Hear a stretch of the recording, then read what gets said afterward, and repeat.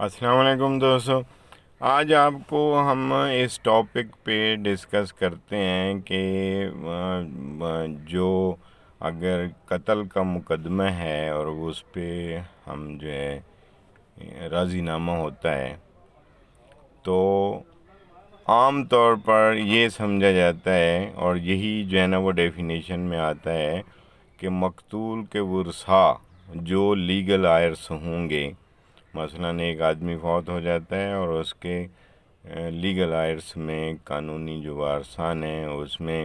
ایک بیوی، بیٹے، بیٹیاں موجود ہیں، تو وہ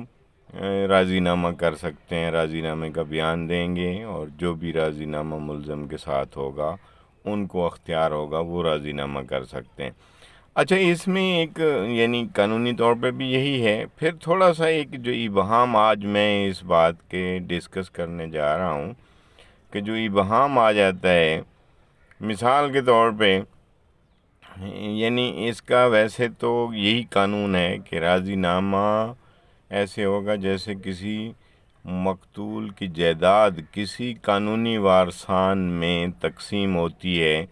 تو ایسے ہی راضی نامہ جب ہوتا ہے تو مقتول کے وہ وارثان قانونی وہی بیان دینے ہوں گے جیسے اس کی جائیداد کے وارث وہ تھے، اور اس میں جو ہے نا وہ قانونی وارث بنے ہیں، تو وہ اسی طرح اب وہ قانونی وارث یہاں راضی نامے میں بھی بیان دینے کے اہل ہوں گے۔ لیکن یہاں ایک سپریم کورٹ کا ابھی جو میں ڈسکس کرنے جا رہا ہوں وہ ہے P L D 2019 supreme court, اور پیج ہے اس کا 461۔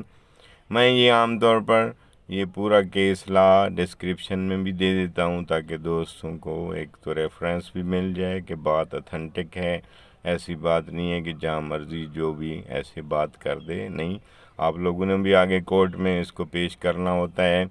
اور وہ اس کے لیے لازمی ہے کہ وہ اتھینٹک بات ہو اور اس کو آپ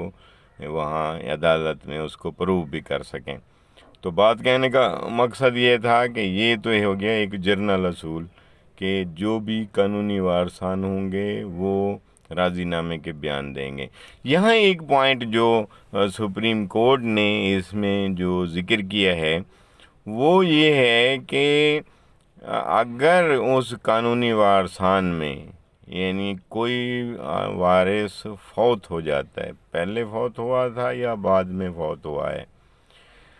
پھر اس کے یعنی اس متوفی کے پوتے پوتیاں اس میں آ جاتی ہیں، کوئی وڈو آ جاتی ہے، تو پھر ان کو کنسیڈر نہیں کیا جائے گا،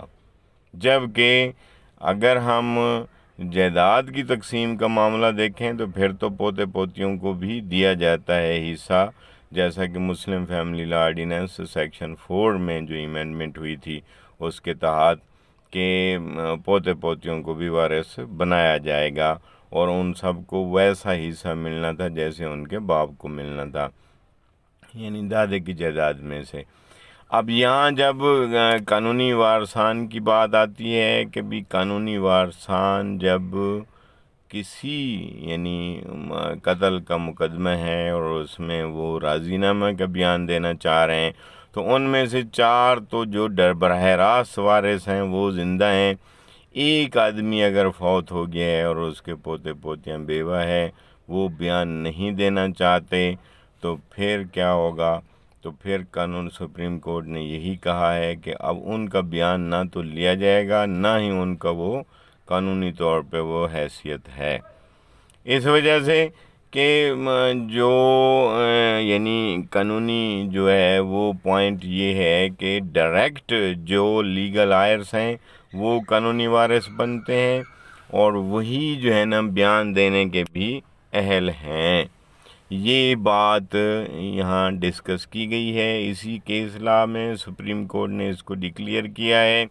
کہ قانونی وارثان جو ڈائریکٹ ہیں، جو براہ راست ہیں، وہ تو بیان دینے کے لیے جو ہے نا وہ قابل قبول ہیں۔ اگر ان میں سے کوئی وارث مر جاتا ہے تو اس کی اولاد وہاں جیسے جائیداد تقسیم کرتے ہیں تو وہ اس کی اولاد جو ہے نا وہ وارث بن جاتی ہے، لیکن یہاں ایسا نہیں ہوگا، اس کی اولاد کو وارث نہیں سمجھا جائے گا۔ جو لیگل آئرس بیان دینے کی حد تک ہے، وہ صرف وہ آئیں گے بیان دینے کے لیے جو ڈائریکٹ بنتے ہیں۔ اگر ان میں سے کوئی فوت ہو جاتا ہے تو پوتے پوتیاں